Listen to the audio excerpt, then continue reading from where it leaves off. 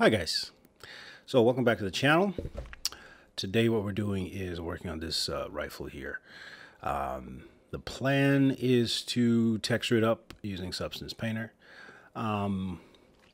If you followed my modeling of this light right here, this whole light assembly right here, then this will sort of continue on to the texturing stage of that along with the entire rifle. If you did follow that tutorial series, then you'll notice that the rail that I've got on my rifle here has changed.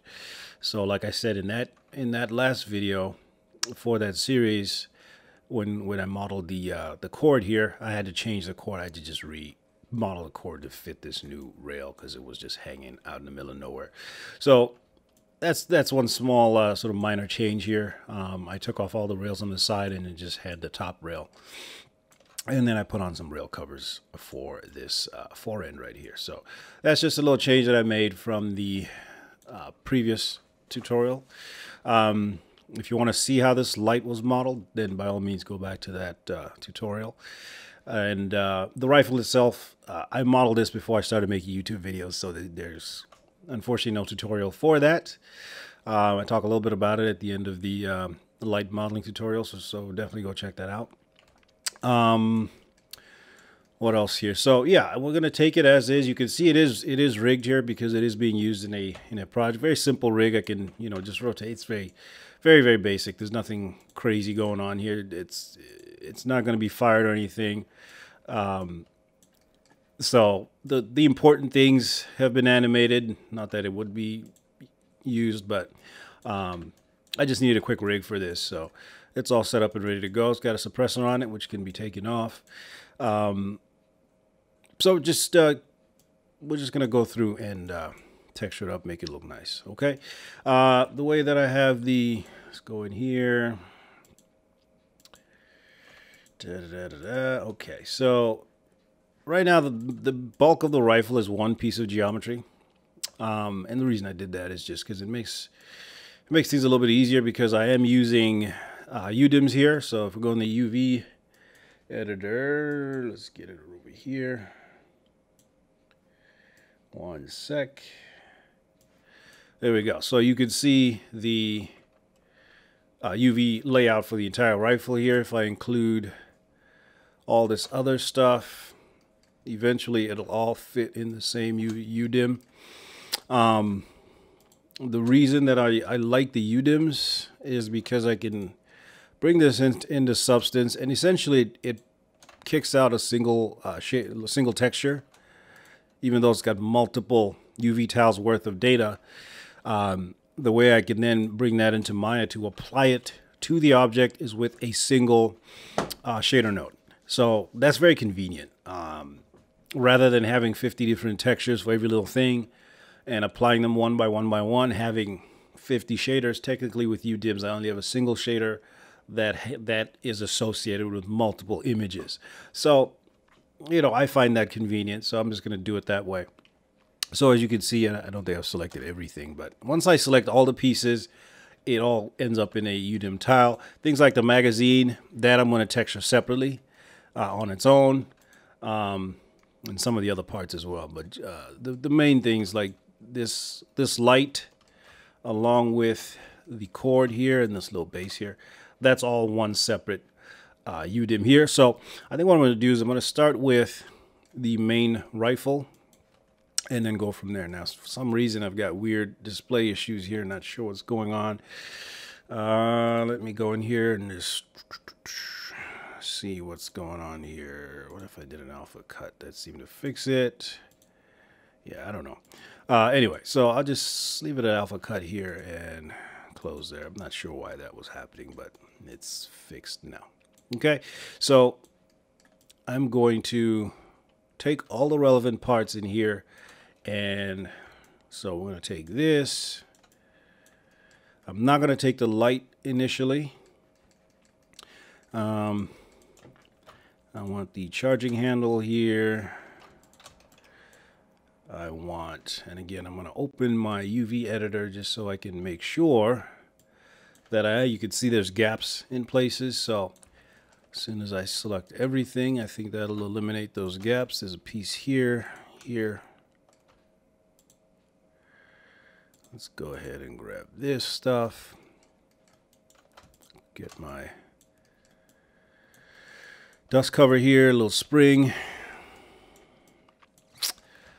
Safety selector. The trigger itself. What else am I missing? The front sight. Okay. The suppressor is on its own. It's in the 0 to 1 square. That's going to be on its own texture, just because I want to be able to just change that out, maybe color differently or whatever it is. They come in different colors, so I want to be able to do that without having to update the entire UDIM set. Let's see, make sure we have everything under there. There is a flash hider underneath there, so I can run this with or without the suppressor. I think that's about it. I'm sure I'm missing something, but and then there's also the bolt carrier group inside there, which, yeah, that's its own UV tile as well. So I need to make sure I get all of this stuff. Just go in there and just get everything that I need. I think I got it all. Of course, I'm sure I missed something and I'm going to have to come back and redo this, but I think... So what I'm going to do, just to make my life easier, did I not select the trigger? Thought I did. So it looks like I have a double trigger geometry there, so I'm going to leave that. Suppressor, and then of course the light stuff is on its own. So it looks like I have multiple copies of certain things for some reason here. Yeah, it's weird. Here, let me just... I think I might have duplicated things by mistake. That's why these ones are on here. Let's try this again. So, I guess it's easier for me to just do it in here. Safety, trigger, light, PMAX, suppressor. Yeah, so there we go. Oh, forgot this. Oh yeah, then I got all this and my dust cover stuff. There we go. Much easier to select in the outliner. Okay, so that should now fill out my things pretty well. So just a note on packing things into your UDIMs. So this one here is the rail. So you can see how that is. Now there is an inside and there is an outside surface of that rail.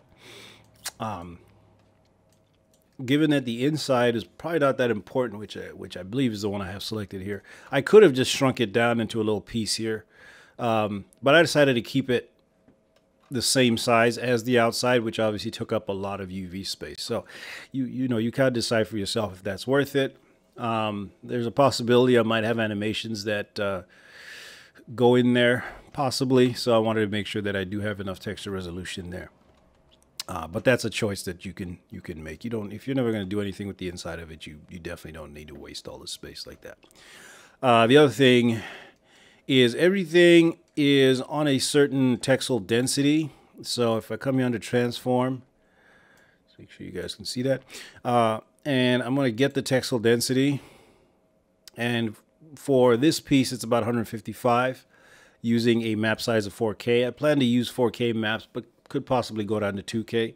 I'll put them at 4K, and then if I need to reduce them, then I can just run them through the Photoshop batch action or something to reduce them. So I'm trying a lot to match the texel density. Now, not everything on here has the exact same texel density. Not sure what's going on here. My UV shells are weird. So let's see, this one here is at about, give it a sec. Okay, yeah, something's weird here, but anyway, let's have a look here. About 139. So there's certain things that I feel like need to be at the same textile density, and some things that it not necessarily. So you got to keep that in mind. A lot of these gaps here are because of trying to maintain a textile density, right? So you can't just scale things up and down randomly. You got to keep them within the same sort of proportional size. So that's why, you know, some of these gaps are here, because I got nothing to put in there. And again over here. So, you know, it is a wasted UV space, but that's okay. In order to maintain your textile density, if you need to put a, you know, pattern over something, you want that pattern to be the same on every object, to be the same size. If you scale stuff up, scale stuff down where they're not the same textile density, then you're going to have a problem with that. Okay, so that is some of the considerations that I had to make, which led to some of these gaps in the UV maps. But that's all right. We just work with it.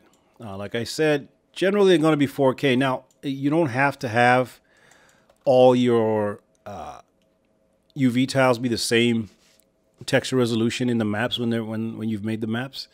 You don't need to do that. So you can have the important, like the rail here is a large part of the gun, so I might have that at 4K. Some of these smaller things I might use a 2K map instead of a 4K map. So you just sort of play it by ear, see. Well, that might be the problem. You sort of play it by ear just to see what you need to do. Okay, so that's what we have here. What do I have? 6 or 8, 9 tiles here. So if you're still new to UDIMs, remember that you can have as many tiles as you want in this X direction, which is the U direction. You could, you know, theoretically, you can just keep going that way. And then you can have as many as you want in the V direction, which is up this way, as long as you're in the positive numbers. The negative V and the negative U, you shouldn't put any of your your UDIM tiles in this section. Only in this top right quadrant going out. You can have as many as you want going that way. Some people have hundreds of UDIMs. You could do that. Just don't go into the negatives. I guess it doesn't work that way. Okay, so 9 might seem like a lot. It really isn't. Okay, so what then I'm going to do, and again, I'm going to have to reselect all this stuff.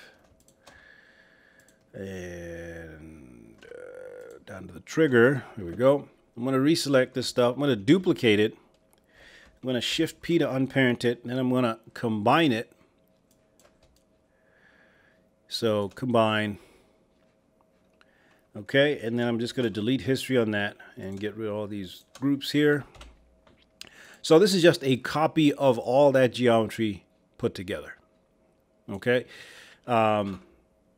This just makes it so I have a single object to grab and export into the substance here. So all I got to do now is do an export, and then we will jump right into the substance and go from there. Let me close this up. Okay, so I will open substance and I'll see you in a bit.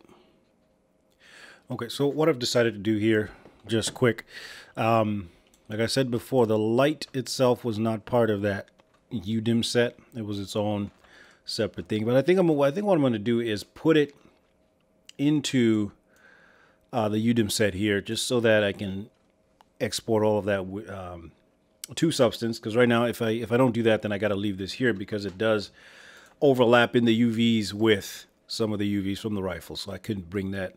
I don't want to bring it into substance like that. So what I'm going to do is just make a 10th UDIM tile right here. And then just include that light. That way I can just texture the whole thing in one project, and not have to make a second project for the light. So just a quick thing here. Oh, I think I forgot these two. You know what? Let me undo, because I forgot those pieces. There we go. So I need to, let's try that again. Select this and this. And then we're going to, in fact, just to be safe, I'm going to unskin this since I'm adjusting the UVs. I don't know if it makes a difference or not, but I'm just going to unbind. And just for the sake of ease here, I'm going to, let's go ahead and just, where are we here? Select them again. and let's combine. Okay, and I'm going to delete history on that.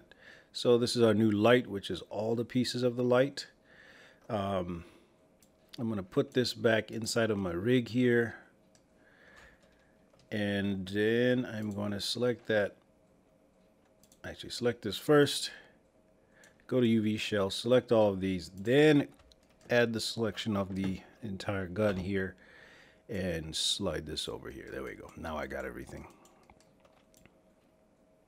And just make sure that we're inside the UV bounds here. So we're good up there. We're good down the side. We're good here. There we go. Okay, so that's all the parts of the light there. Now they're part of the UV, the UDIM set here. So I've got a total of 10 tiles now. So there we go. Now the other reason I felt that it was important to include the light with the gun is because the way Substance works when it calculates those when you first bake your maps, it will calculate things like occlusion and whatnot based on all the objects in the scene. So you will get the light affecting the texture of the gun and vice versa. So if I hadn't added the light to the whole gun, then I would not have those issues. I wouldn't get that. So when you want to do things like dust and whatever, it uses the like occlusion to cause, if you want to put wear or dirt, whatever, underneath that wire, you can do it based on that occlusion map. Okay, so now I can select both of these, which again will now be the entire thing, and then I can export an OBJ to Substance. Okay, so we'll jump back in when we get to Substance. Okay, so we are in Substance now. And what we're going to do is import the rifle. So let's go to New. Going to go find that file. So bring that in. I'm going to work at a 2K resolution. And that's just the working resolution in Substance. It's not necessarily what the final resolution of the textures are. Then I'm going to set this to OpenGL. And I want to make sure that create a texture set per UDIM tile is turned on. Okay. What that'll do is going to take all those UDIM tiles and it's going to create a separate texture set per tile. So you get to paint on each tile separately. And then once all that's set, I'm going to hit OK. And we're going to let that load up. And then you'll see here what we have here. We have a whole bunch of texture sets, right? And they're numbered 1001 to 1006, and then 1011, 12, 13, 14, 15, and 16. Now, why that is because that is how your UV tiles are numbered. So the first one, the 0 to 1 square, the one that you generally use the most, is 1001. And then as you go to the right along the U-axis here, 1002, 1003, 1004, 1005, 1006. When you go to the second row, these start at 1011, and then 12, 13, 14, 15, and 16. So that's how these are numbered. That's how you keep track of them. So in Substance, they have been named that way. As you can see, 1001 through 6, 1011 through 16. All right, and if you went up to the third row, it'd be 1021 through 26, and so on and so forth. Okay, so that's what we have here. I'm going to hit what is it here? F1. And that'll show my UV view. And you'll see that right now, because I am in 1001, that's the selected one. It's only showing me that first UV tile, this one right here. Okay, so that's how that works. So let's go back in here. And again, if I select another one, you'll see I get a separate UV tile. So since we're going to start with 1001, I'm going to hide all the other ones. Okay, I'm just going to hide all these in here. Now I got little things in here, that little piece of geometry, not a big deal. These are just like hidden pieces. I can just delete them later, but that's fine. Okay, so we're going to start with the rail here. Okay, and then we'll just take it UDIM tile by UDIM tile. So we have to determine what kind of metal we want. Now, before we do that, we have to bake our texture maps. And I forget this all the time. Always bake your maps before you start messing with trying to add textures and all this stuff. So under edit, we can go to bake mesh maps. You can also go under texture set settings and you can bake your mesh maps here. Okay, so if you click on that, and output size is what you want your final resolution to be. Now we're working at 2K in Substance, but we want to output our final images at 4K. So I'm going to set it to 4K, even though I'm not working at 4K. It's going to upscale them correctly when I'm done. I wanted to calculate all of these except the ID. I don't need an ID, so I'm not going to worry about that. And then I'm going to hit bake all texture sets. Now you can do one by one. At 4K, it will take a minute to get through all of them because I got a total of 10 of them. So I don't have to keep coming back and doing it. I'm just going to do it all at once, and then I'll pause it. I'll pause the video once it starts, and then once it's done, I'll be back. Okay, so bake texture sets. You'll see it's going to go through all of them, and then I'll be back when it's done.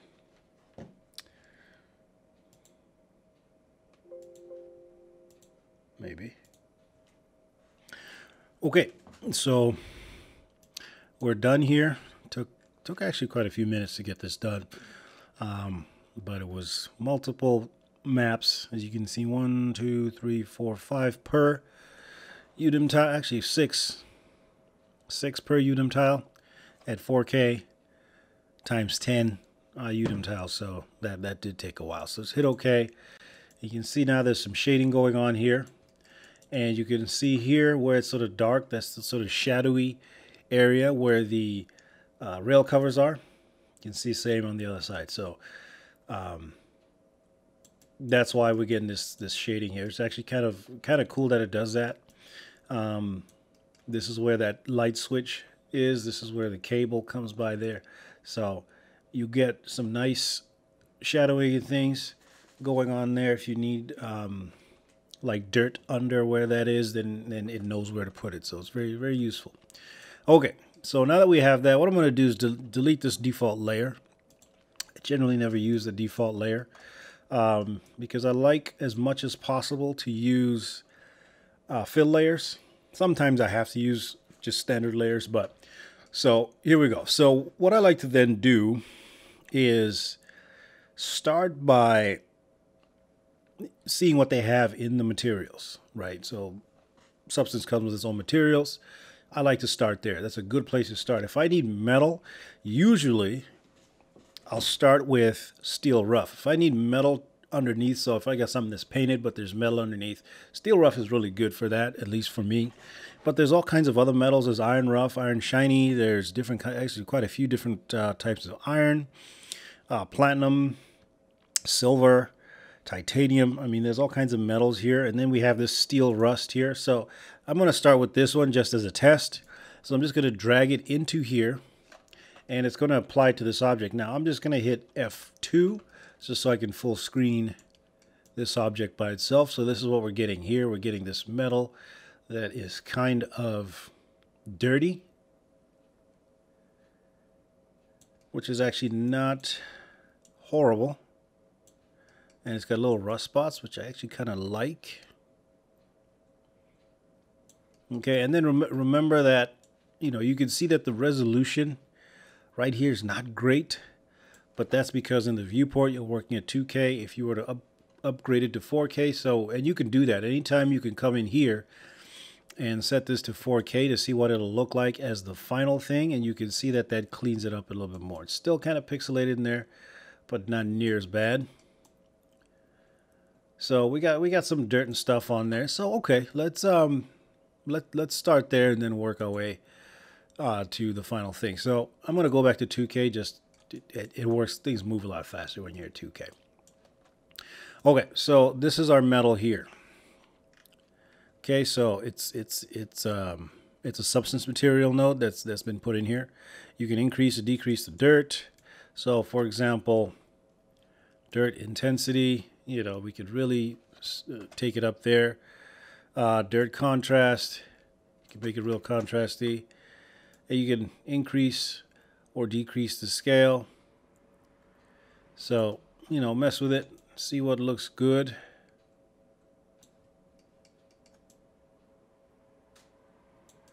Okay, so we want, and you're gonna, if you want a different color metal, you can do that. I don't know, maybe I'll make it a little bit darker gray here, get that gunmetal look. I don't necessarily want it to be all the way black, because really, guns, even though they're black, generally they're not all the way black. They're pretty just a dark gray or slightly bluish, blackish gray. So I try not to use full black on anything. Okay, so far this is looking all right. Okay, we've got some damage there. So what I'm going to do, because a lot of the times, if these are made from steel or aluminum or something like that, it's actually a much brighter metal underneath, and then they've either been painted or anodized to the final color. So what I'm going to do is just bring in this steel rough and plug it in right here. Okay, so that's going to be underneath it. Now, obviously, we can't see it because this black one is on top of it. So this is what the actual rough steel looks like. And I kind of like what this looks like. And what I want to do is have it where I can see, like, the corners. Corners of things are usually where the wear happens, right? So I want this brighter metal to sort of peek through. I could also try one of the other, like iron rough. If we put that in here, that's a little bit brighter. So I'm going to try with both. Right now I'm going to turn off the iron so I can see the steel. I'm going to turn on the darker metal. And then I'm going to apply a mask. So I'm going to apply a, let's say, white mask, so nothing's going to happen because it's all there. I'm going to add a generator. And what the generator is going to do is I'm going to use it to sort of chip away at the edges. So right down here where it says generator, no generator selected, I'm going to go in here and click on metal edge wear. And you can see it's actually backwards. It's showing that black texture where the corners are and not showing it here. I want to invert that, so I can come right here to invert and click on there and say true. Now, this is what we're getting here. So this is the effect I'm going for, but right now it's too extreme, right? It's happening everywhere, and I really don't need it to happen everywhere. Notice that it's not happening where the rail covers are going to be. But this, we're in we're on the right track here. It's just too much. It's just overdone. It's too even. That's the problem that we have here. It's just a little bit too even. So I want to dial it back a little bit. I'm going to do some painting to sort of reduce it. But let's look at some of the settings here. We have wear level. So you could see that I can increase or decrease it. Notice that as I decrease it, you start to lose sort of that noise on the edges, and now it even looks kind of worse because it's too straight. So I might increase that wear level to start to get back some of that jaggedness. I'm getting more of this wear here, and at any time you can turn on the iron because it's a little bit brighter. Now it might be too bright. Okay, so I don't know. Sometimes I'll go back and forth between iron and steel, but let's stick with steel for right now. Then you got wear contrast. So if you really want to dial it up a little bit more, you can do that there.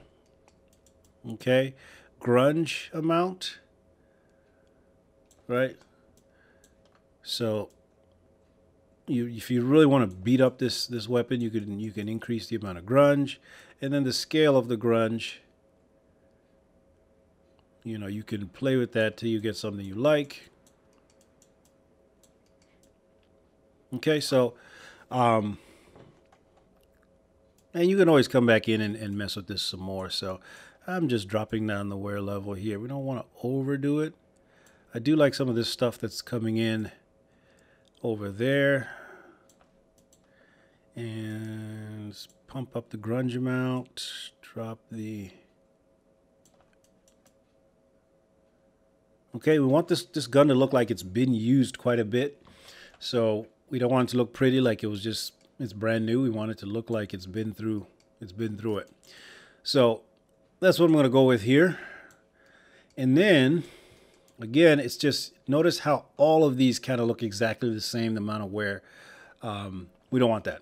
And we'll take care of that in a second. The other thing we can do on this layer here is to give that layer a little bit of height so that it actually jumps up a little bit. So, you know, you want to give that if it's painted, you want to give that paint a little bit of height. Now with metal, if it's anodized, maybe you don't want to do this, but we're going to try it and then see what works. I find that for me, a lot of how I work is by experimenting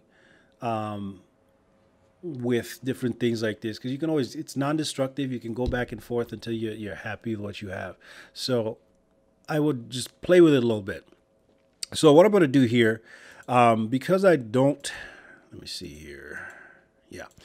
Because I don't have a height channel here, what I can do is just add this with this selected here. I'm not working on the mask. I'm working on the actual layer itself here, and then come to add levels. And I'm going to go to height. And let's see which way I got to always never remember which way I want to do this. I don't know if it's even going to make much of a difference here. There we go. So that's the wrong way. That is sinking in the black parts. So I actually want to go the other way, and I could probably take this one over here. So it's not really doing a very good job this way. Let's see. Here we go. So if I start to punch this way, but it's still, yeah, no. Okay, so I'm not liking this at all.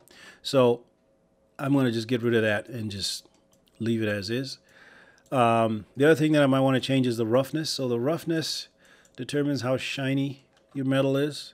So right here, metal roughness. If I take this all the way to white, it's going to be completely matte and not shiny, but I don't want that. And if I take it all the way to black, it's going to be damn near mirror finish, right? So obviously that's not what we want. We don't want it to look like it's highly polished. So we want some reflectivity, but not a whole lot. We want sort of to see it at glancing angles the most. So if we're at an angle like this, you see how that becomes quite reflective. So I'm holding Shift and dragging on my right mouse button to rotate the HDR image that is lighting this scene. So I want to be able to, you see how we're getting nice sort of reflection there? It's all dependent on the angle of view, which is really nice. Okay, so you can play with this. I can increase the roughness. Becomes a much rougher surface. It's not as reflective. And again, if I go too far, it becomes too reflective. So you got to find a nice value. And again, this is non-destructive. So if you want to come back and change it later, you can always do that. Okay, so let's go with that. Okay, so right now I'm going to get my tablet here. Now that we've kind of set it up, we want to select our mask. And what I'm going to do is I'm going to add a, where is it? In here, I'm going to add a paint layer. So what the paint layer allows me to do is actually paint myself.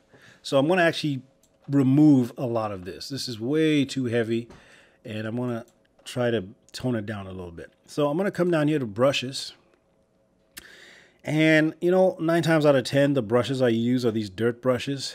Dirt 1, 2, and 3, and maybe some of these other dirt, but generally dirt 1 and 2 are the ones I use the most because they are, like if you click on, you see the effect that I'm getting here. Okay, so I can paint stuff like that. So I'm going to, let's see here. I forget what it is with my pen here. Okay, so Control and one of the buttons will increase or decrease the size of the brush. So what I want to do right now, you'll see that my grayscale is at 0. So what that is, it's going to set the transparency value to 0, which is going to make it fully transparent. If I go the other way, it's going to fill in these areas. So that's what I want. So I want to just paint some of this stuff back, right? You don't need it to be this crazy. everywhere. You want some scratching, but nothing so extreme.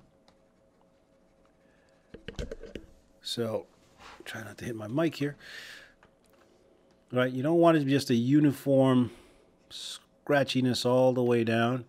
So you want to just break it up. Some parts are scratched, some parts are not. Something more like that. And you really have to go in and just give the whole thing a once over.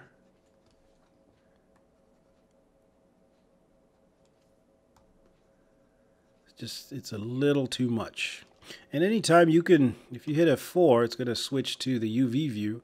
So if you'd rather do it in the UV view here, which sometimes I find easier, just to paint on the 2D.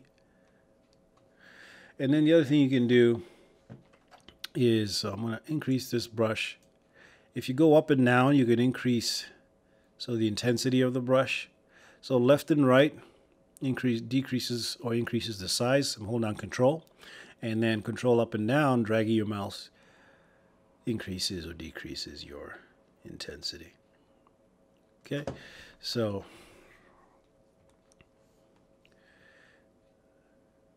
something like that, and I'm just gonna go back in, and I'm trying to be real random with this.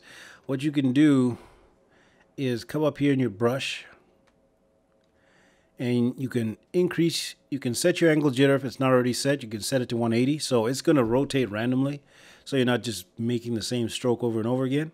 Flow jitter is going to increase or decrease the flow randomly. Size jitter is going to affect the size of the brush. Now this value is kind of low because you don't want really big changes in size. You want to keep it reasonable. And then position jitter as well. It's going to slightly move where you're painting. So all these sort of come together to make it so it's not too, it doesn't look too painted.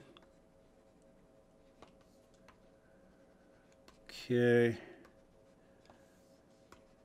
All right, you want to just take your time and just do it. So it's not too crazy. And any time if you need to, if you hit X, it's going to invert, so now you can scratch stuff away. If you paint it over too much and then hit X again, and now you can put it back in. So I think I need to increase my intensity here.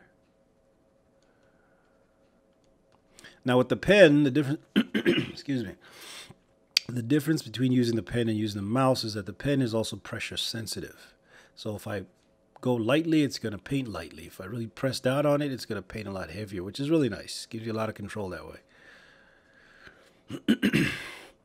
So let's see here.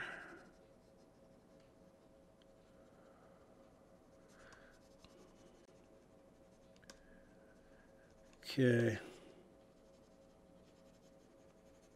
So what I'm going to do is just going to keep doing this. I don't want to bore you. And then I'll come back when I have it looking the way that I want. All right.